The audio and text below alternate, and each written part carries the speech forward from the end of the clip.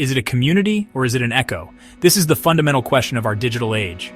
We humans are wired for connection. We crave a tribe, a place where we feel understood, where our inside jokes land, where our silent struggles are finally given a voice.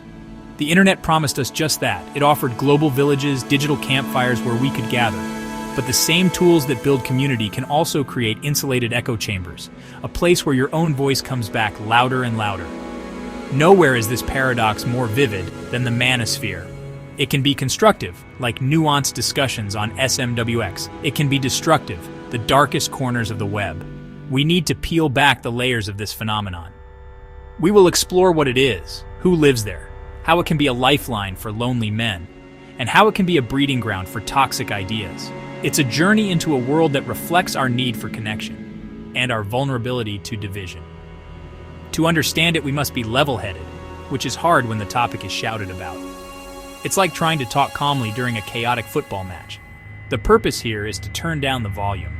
We will walk this digital landscape as curious explorers.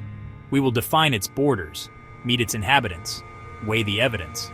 Does it offer genuine community, or just an echo with better branding? The answer is not a simple yes or no, so let's begin this exploration. Think of it as a guided tour of a modern, complex internet neighborhood. Okay, let's move on. So what exactly is the Manosphere? If you ask 10 different people, you might get 10 different answers, each painted with a different shade of admiration or alarm. Let's try to define it in our own simple terms. Imagine the internet is a massive city. The Manosphere isn't a single building or a specific street. It's more like a sprawling, loosely connected collection of neighborhoods. These neighborhoods are blogs, YouTube channels, podcasts, hidden forums, all dedicated to one central theme, discussing what it means to be a man in the 21st century.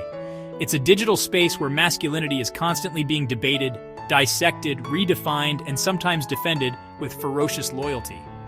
Some corners feel like a self-help library, fitness, career advancement, building confidence. Other corners feel like a political rally, feminism, social justice, perceived culture, increasingly hostile to men. The atmosphere can range from supportive and encouraging to angry, resentful, and deeply cynical. It's a place of immense contradiction, workout plans and misogynistic rants under the same umbrella. The Manosphere isn't a formal organization with a leader and a membership card. It's a culture, a network of ideas that flows and mutates across platforms. The language often involves specific slang and acronyms, like Red Pill, MGTOW. That shorthand signals you're part of the in-group. It creates a sense of shared identity and hidden knowledge.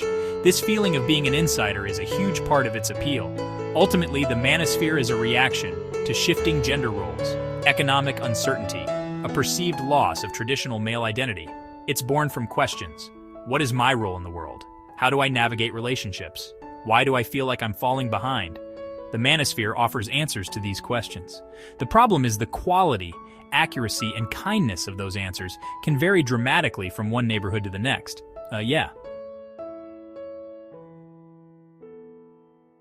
We'll look at the architecture. Listen to the local dialects. Try to understand the social dynamics at play. We will use real-world examples and academic insights. By examining spaces like the Manosphere, we learn about ourselves. We confront the universal search for belonging and the digital systems that shape and sometimes distort that search. It's a story about men and about all of us.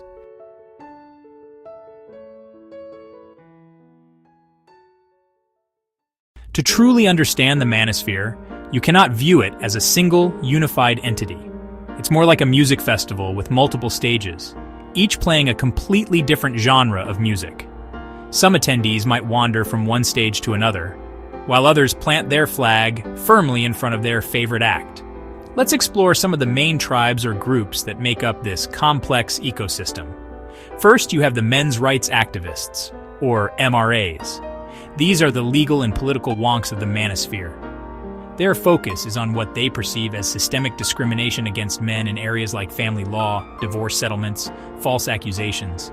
They compile statistics and lobby for legal reforms, arguing that the system is unfairly biased against fathers and men in general. Then you have a very different group, the pickup artists, or PUAs. This tribe is less concerned with laws and more with social dynamics, specifically the art of seduction. Originating in the days of online forums, PUAs develop and share techniques designed to help men successfully attract romantic or sexual partners. While some of their advice might be harmless tips on confidence, much of it has been heavily criticized for being manipulative, dehumanizing, and promoting a game-like approach to relationships. Their methods often treat social interaction as a formula to be solved rather than a genuine connection to be built, which can lead to deeply problematic behaviors and attitudes toward women. Another significant and often troubling group is the incels, or involuntary celibates. This is a community of men who feel completely excluded from the world of dating and sexual relationships despite a deep desire to participate in it. Their online spaces are often filled with profound loneliness, self-loathing, and despair. Unfortunately, this despair can curdle into extreme resentment and anger directed at women, whom they often blame for their plight. As one academic source, the Center for Research and Evidence on Security Threats notes, some incel communities have become associated with misogynistic extremism and have been linked to real-world acts of violence, making them one of the most dangerous corners of the manosphere. On the other end of the spectrum, you find groups that are genuinely focused on positive self-improvement and emotional health. These are the men's wellness circles, the fitness advocates, the mental health proponents. They create spaces where men are encouraged to be vulnerable, to talk about their feelings without judgment, and to support each other in becoming healthier, happier individuals. These groups challenge the old Stoic model of masculinity and promote a vision of manhood rooted in emotional intelligence, empathy, and mutual respect. They prove that not all conversations in the manosphere are about blame or anger. Some are genuinely about healing and growth, trying to build a better man from the inside out. Okay, that's the map.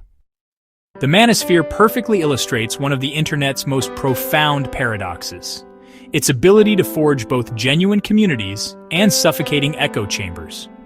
On one hand, these digital spaces can be an incredible force for good. For a man who feels isolated in his offline life, perhaps he's struggling with social anxiety, a recent divorce, a lack of close friends, finding an online group can be a transformative experience. Suddenly, he is not alone. He finds others who share his experiences, validate his feelings, and offer practical advice. This sense of belonging is incredibly powerful. A well-moderated forum, a thoughtful YouTube channel like SMWX, when people with different viewpoints can engage in respectful dialogue, share personal stories, challenge assumptions constructively, real growth can happen. A man might learn new communication skills, find motivation to go to the gym, get tips on how to be a more involved father. In these best-case scenarios, the online community acts as a support system, educational resource, healthy social interaction. It becomes a space where men can help each other navigate the complexities of life without resorting to blame or bitterness. It becomes a place where men can help each other navigate the complexities of life without resorting to blame or bitterness. However, the very features that make these platforms great for building community can also turn them into echo chambers with terrifying efficiency. An echo chamber is a closed system where beliefs are amplified and reinforced through repetition inside a bubble. Dissenting opinions are not just ignored, they are often actively silenced, mocked, banned. The platform's algorithm plays a key role here. It learns what you like and feeds you more of the same, creating a personalized reality where it seems like everyone agrees with you. This constant validation feels good, but it's intellectually dangerous. It makes your own views seem not just correct, but self-evident, and makes anyone who disagrees seem not just wrong, but foolish or evil. A man might start by watching a video on self-confidence, but the algorithm might then lead him to content that blames feminism for all his problems. In a forum, extreme opinions are often rewarded with more likes, more replies, which incentivizes members to adopt increasingly radical stances. Anonymity adds another layer, allowing people to express hateful or aggressive ideas without facing real-world consequences. This slippery slope can take someone from a place of simple loneliness to a worldview steeped in anger, misogyny, conspiracy theories. The community that once felt like a comforting hug has now become an ideological prison, and often, the person inside doesn't even realize the walls have closed in.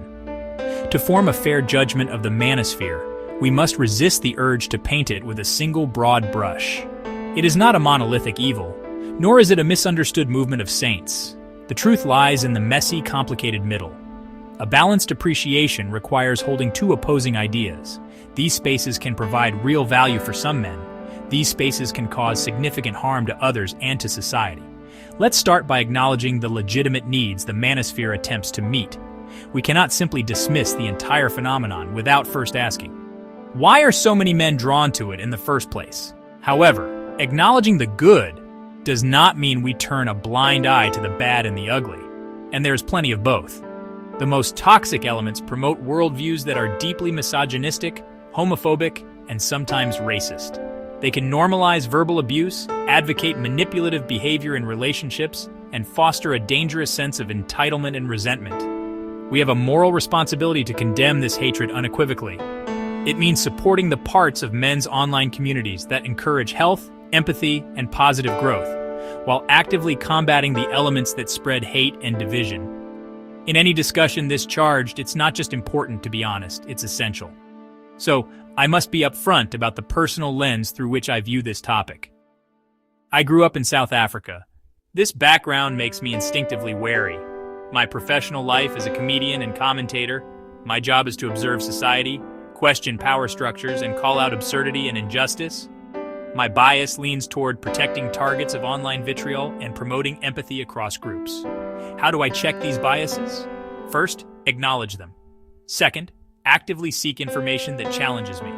Example, calm interview-style channels like SMWX. My goal? Separate behavior from person and ideology from individual need. Whether you're a participant in the manosphere, a critic of it, a curious bystander, the challenge is the same. To approach this complex human phenomenon with a critical mind and an open heart. If we can do that, we might just help the internet live up to its initial promise, to be a place that builds bridges of understanding, not walls of noise.